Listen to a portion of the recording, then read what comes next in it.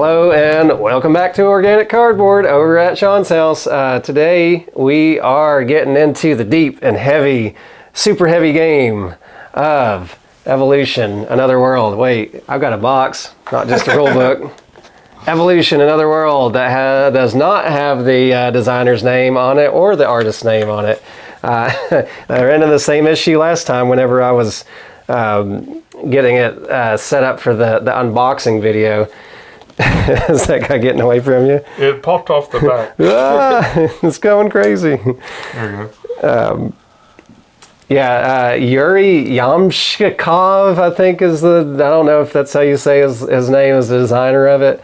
But it's part of the same Evolution series, the evolution of the Evolution series of games that went, I think with, I don't remember which one was the very first one. I think there was one before the one that everybody knew that was sold in Walmart and Target and stuff for a long time. Had like a lizard on the front of it, or a lizard thing. Yeah, like colors. Had the colorful little horned lizard thing or whatever.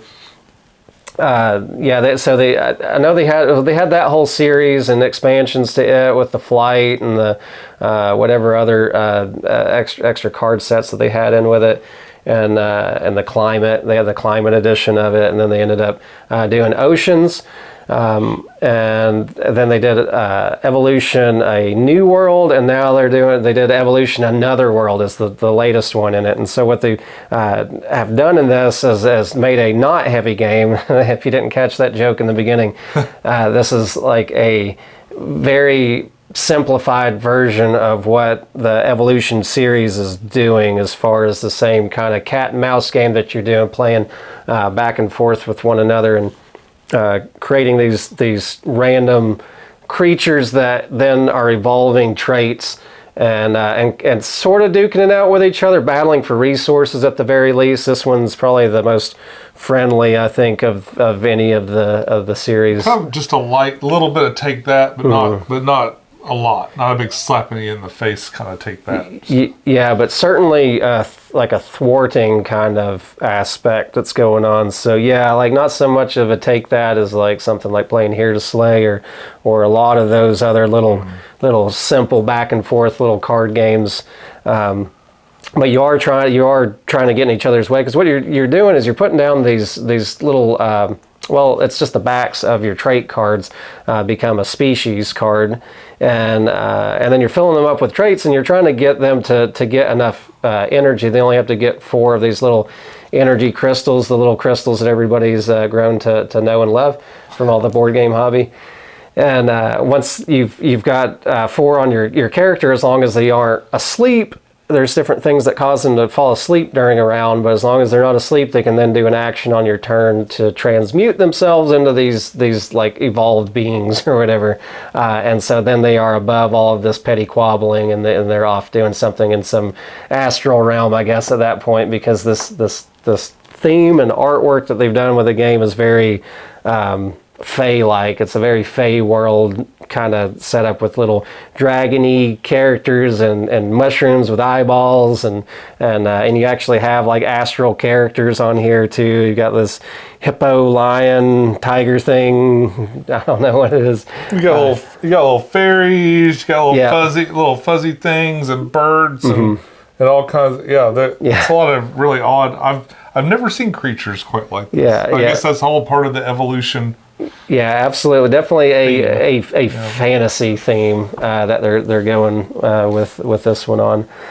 So I really like the artwork a lot. I tend to, I'm pretty happy with like really super hardcore artwork and like this really cutesy artwork, and some of this is slightly more hardcore than the other ones are, but they do have some very cute little characters. Like they've got this this is a tiny trait, and you got this tiny little fluff ball little guy with little horns and little googly eyes. I like the worm. Cute. I like this worm breathing fire. Yeah, like a big fire breathing worm. Yeah, it's kind of got a Yoshi head or something, and he's blowing a big fireball out the top. Yeah, very cool. It's like it's whimsical, but it's not so childlike that it's kind of takes you out of it a little bit. Like, but it is friendly enough to play with kids, and I think the kids would like it. Yeah, absolutely. Like even like this is the fearsome trait, and so this is about as gruesome as it gets, and it looks like something that you wouldn't want to see in your nightmares, but I mean,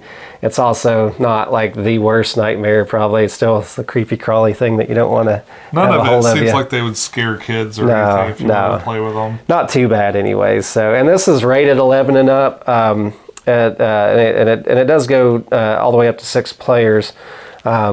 I think, yeah, I mean, there are some little spots in this game. So, okay, when I was first getting the game out, I was telling Sean, I was like, I don't know. I was like, I really like the old Evolution series, the one that was kind of the more popular one that did the climate series or edition and all that. And that was a pretty that could get kind of heavy, like when you were playing it, because I was telling Sean too, like when you're playing that one, the way that the round structure is set up is you can basically do everything that you can do. You can lay your whole hand out on your play area, and it can really become confusing and really AP prone. And then Oceans fixed a lot of that. That was probably my favorite that I've seen in the series so far, and they made it so that you could only play like one trait down and only make like one new creature or whatever. So it was like you were much more limited on what you could do in your turn. You still might have a bit of a thought process, but you knew you couldn't do all of it. So you know that made the turns a lot more smooth. And then this one, I was like, it's like the whole idea, the concept. You all you have to do is get a few crystals on these guys and turn, basically run them off of your play area, turn them into these little transmuted, figures, and like at first glance, all of these traits that you have available are pretty simple in concept. And they got a nice card that explains all of these different traits. But I didn't really find myself referring to it. Because it's just a little bit more sentences than what's on the card, and there's a really good, usually compact explanation of what to do on these. Yeah, and for the most part, those work fine. There's a couple little things I had to kind of check as far as like the timing on some of this stuff or whatever. That's a little explained on pretty well just on this little sheet. Nothing that was a problem. But again, I was kind of like, this just looks so simple. I don't know about it. I was telling Sean, I was like, we'll try it out and see how it goes. It may suck. If it does suck, it's not going to be very long, because this plays in like about a half hour or so. Maybe if you had a bigger game of it and you're playing with multiple people, maybe it would take longer. Probably not that much though, really. But anyways, the way it played out though, I thought it was actually more fun than I expected. There was a good little back and forth right at the end. At the very beginning, it was just kind of like, okay, I get a crystal, and then you get a crystal, then I get a crystal, then you get a crystal, and then I'm going to put this straight down. Oh, you attacked me. You sort of did something to me, but I'm just going to keep doing this other stuff. But the timing, though, gets really hairy right at the very end, as far as like, because only one person's going to get to 3 first. And they're at the very end, it did get real back and forth. I was like, oh, okay, I kind of like this. And like I thought Sean had me, and then he didn't, and then he almost did again. And it was kind of, again, back and forth, and that was fun. It's pretty exciting there. Yeah, it escalated quickly. Yeah, as the meme goes. And this is I guess I'd have to call this almost a first impressions. Then it is a first impressions because this is the first actual game this is your first game ever of it, right? Yep. Yeah, we sat down and played it for the first time tonight. But I know the evolution idea, the concepts of the game series and what it's doing, and this, again, with as simple as it was, I felt like I could kind of get a good take just off of that one game, and I feel like I did. I think this is best for like if you want to get that evolution experience, but not like that. Quicker. Yeah. You don't want to play it for like 2 hours or something. Oceans certainly tends to play quite a bit shorter than the evolution games, at least for us at home, because we get really AP prone on some of those turns with the older evolution games. But that'll still a lot of times take between an hour to 2 hours, just depending on how strategic everybody's being with their stuff. Really? It depends. I mean, if you really rush the game, you get a good set of cards. Sometimes you can kind of bust it out really fast. And it probably actually maybe plays faster if you have more people. I don't know. I'm not sure exactly on that. But I think this really is fast. Yeah, you could bang this out in 20 minutes, especially once you start getting used to all of. There's 16 traits that repeat themselves quite a bit. Each of these cards, and one of the neat things that they do on this series, they may have done this on. I didn't actually play a New World. They may have done something similar to that on a New World, because it's a little more similar as far as the series goes, I think, between Another World and a New World. But with this one, though, you've got traits on either side of the cards, which is kind of neat. So you're like, I really want that card, or I really want that trait, and I want that trait, and you got to kind of bounce around with which one you're going to pick for your. Yeah, there's only 16 different ones, but they're all different. Like the top and the bottoms of those 16 are all spread throughout these, and I was conflicted many times where I wanted to use the top and the bottom of a card and having to really make that choice. And a lot of times it would be just a reaction to something you were doing to me. I'd be like, oh well, now I have to switch that around, or now I got to switch it to pestering and wake my guy up because you put it to sleep or something crazy. Which is what Evolution kind of does. You know, with their games, they want to play off this idea of the natural world and how predators have to react to the prey, and the prey have to react to the predator. So it's very interactive in that aspect of things. But yeah, you know, like the 16 basic traits. This is the special edition of the game, so it does also have a little bit of expansive content that I've not really delved into. I've just kind of flipped through it, but it's got a lot of traits that are like a special trait. I think they call them like legendary traits, and maybe they got another name for some of the other ones where they're not like repeated all over the place like these ones are. But this is a little bit more similar to like the I guess they call it I think it's the surface cards, or the the basic cards and oceans, where they repeated themselves a bunch. There's probably like at least 4 copies of most of these traits within the deck. But yeah, it's simple in what it does. It gets the idea across. I think it does a pretty decent job of what it's trying to do. It's not. I think I still like Oceans better than this game. I've been talking to Sean about getting him to play that. We'll have to bang that out one day and see what he thinks of it as well.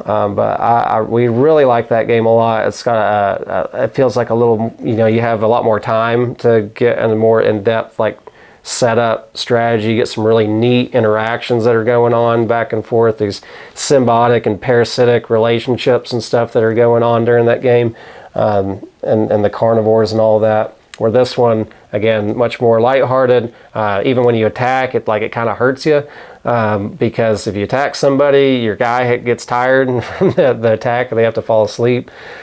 So yeah, you're kind of taking them out of the round. Yeah, when you use them, but it's really good for thwarting people. So like all the attack abilities have ways to like slow down the other person. They've got something that's just about to transmute and you need to stop it. Then you can lull them to sleep or do something similar and maybe make a trait go off of him so that he can't evolve the way that he's trying to. And so that's kind of what happened with our game. But I don't know. So overall, how did you feel about the game yourself? I really liked it. I feel like it's a light filler kind of game. Mm-hmm. I love the multi-use cards. I thought it was really smart the way they used the whole card. They got one side of it lays down your basic character, and the other side's got, like we were saying, the split. Two different kinds of traits. So there's like a lot of stuff. There's like 3 different things going on with this card, and so that I think that will make it different when you play it, despite having kind of a limited amount of abilities and artwork and stuff like that. I thought they did a great job of making this little game something you could play a bunch of times. Yeah. Are these extra, like the special bonus chunky? Yeah, they gave a few extra bits. It wasn't. I don't think it was very much more expensive to get the full special edition of the game. They gave you these. You get standees normally for these little transmutation markers, I guess, or whatever. This is what your guys are evolving into. I guess they're all evolving into dragons at the end. But so they have these really thick wooden chunky bits, I don't know, similar to something like what Raw used or whatever. That kind of big, or the latest huge piece of wood. The latest Raw game, anyways. Or a token would do. Yeah, it's like. And they got the first player tokens. They left the sleep tokens just simple cardboards. They're like these little. Instead of having like normal sheep jumping over a fence, you have like little Pegasus sheep. Goats jumping over a rainbow, I guess. Oh, it's like a cow. Yeah. It's like the cow jumping over the moon, but he's got wings. Yeah. He's pink. He's real fluffy, too. Got a fluffy tail. Yeah. Like a rabbit tail or something. Yeah, kind of goofy little things. But yeah, it's neat in what it does. Nice, colorful artwork, very vibrant. Yeah. These big cards are kind of neat, too. Yeah, they're these Dixit-sized cards, and they've... I didn't really mention this, because it's not that much into the game as far as adding, a lot of information, but the places that you're gaining your energy from, the source cards, they're kind of neat. They have these pictures of these different, like, again, fantasy kind of environments that are, they're neat because, like, everybody can gain from the source. The source runs out pretty quick, and then you have to have fancy traits to either gain additional pieces from the source or from each other. So there's little bits here and there to keep it interesting. I think overall I do enjoy it for what it is. So I'll say, like, I don't know if I would go out and, like, after having played it, if I would, like, if you had brought this to me, or if I had played it at a board game meetup, if I would have thought, yeah, I want to go get this game, except. Big part of it is because I just don't have a huge amount of space at this point in the hobby. But I'm not, like, upset that I got it. I don't think it's going to be something that just stays on my shelf and never gets played. I think I will pull this out, and just like Sean said, I think having a nice little filler 20-30 minute game is pretty nice to have in your back pocket. Well, I think that guarantees that it'll get played more than a couple of times. Like this is the kind of thing that if it was a little bit more complicated, you probably wouldn't bother with it. Yeah. I mean, again, you just go out to the one you like, your Oceans one. Right. Yeah. If they were doing this exact same thing and making it like, again, I don't know, the expansion content might make it a little. I don't really see it getting terribly more complicated though, because the other games are points games. You're just racking up points the best you can and kind of filling, eating all the fish in the ocean, or all the food in the pond, or whatever, as far as the way that the old ocean games went. But they were mostly like games about just gaining as much points as possible, whereas this one's just kind of hitting really quick goals, who can get there the fastest, and who can get in each other's way. But again, it's neat for what it does. As far as rating the game, though, I would probably put this at like a here Toby going off. I would probably put this at like, it's not any higher than a 7, and I kind of think I may put it about like a 6.5 out of 10. And by that, it's not going to be a game that I'm going to hate to play. I'm not rushing to go get it out. I'm not bringing it with me everywhere and trying to get everybody to play it. If anybody wants to play it, I think I'd be very happy to play it with them, and I may find some instances where it's just the right game to pull out, and it's nice to have that option. But it's a good game. I would call it. It's a pretty little game if you like the art. I think if you like the art a lot, and you have some, this would be perfect for like one of those back of the van.